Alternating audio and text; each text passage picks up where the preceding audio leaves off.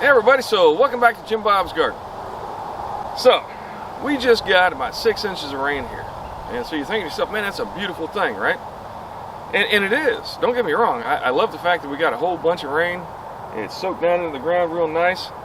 But one of the things here that we have an issue with is we have a very sandy soil. And let me show you what can happen when you have sandy soil or very loose soil and you get a big, hard rain.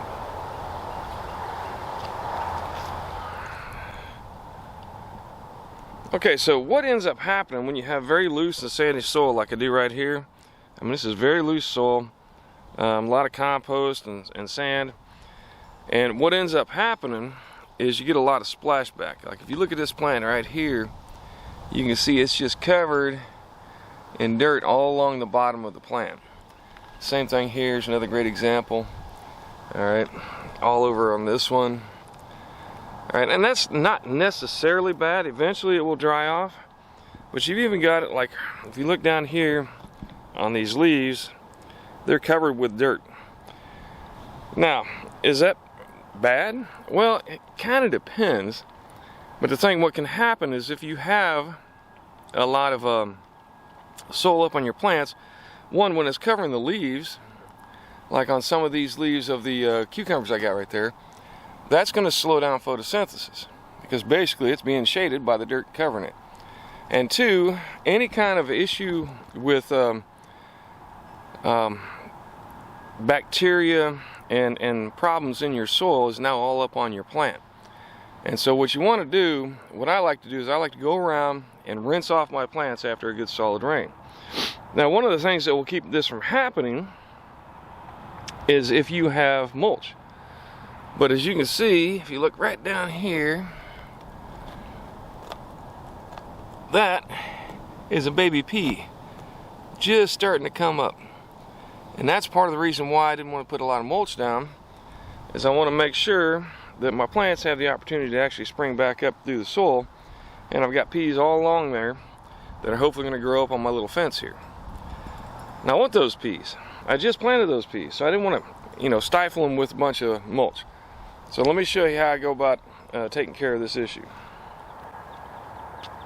So what I'm going to do is I'm going to go ahead and lightly spray these plants down. And this is one of the reasons I like to have a nice adjustable hose so that I can do this. And I want to hit it enough to knock the dirt off, but not enough to really cause problems for the plants and knock them over. So you want to kind of adjust it out to where you feel it's right. I mean, like I said, you don't want too much pressure or you can end up spraying it back up onto your plants instead of washing them off.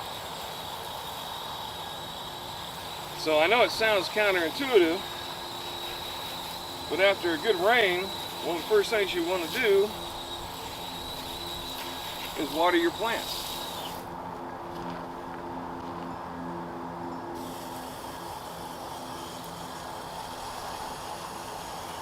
Like I said, you can get bacteria, you can get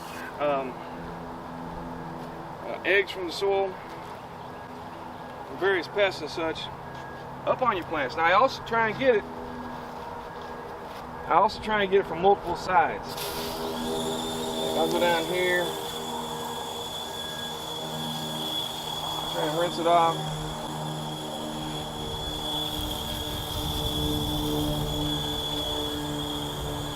Like I said, you can have pests all up in there. You can have fungus and bacteria grow up on your plants. And like on tomato plants, all that excess dirt will hold the moisture that can cause you problems. So I don't recommend leaving it. I always try and rinse mine off after a good solid rain.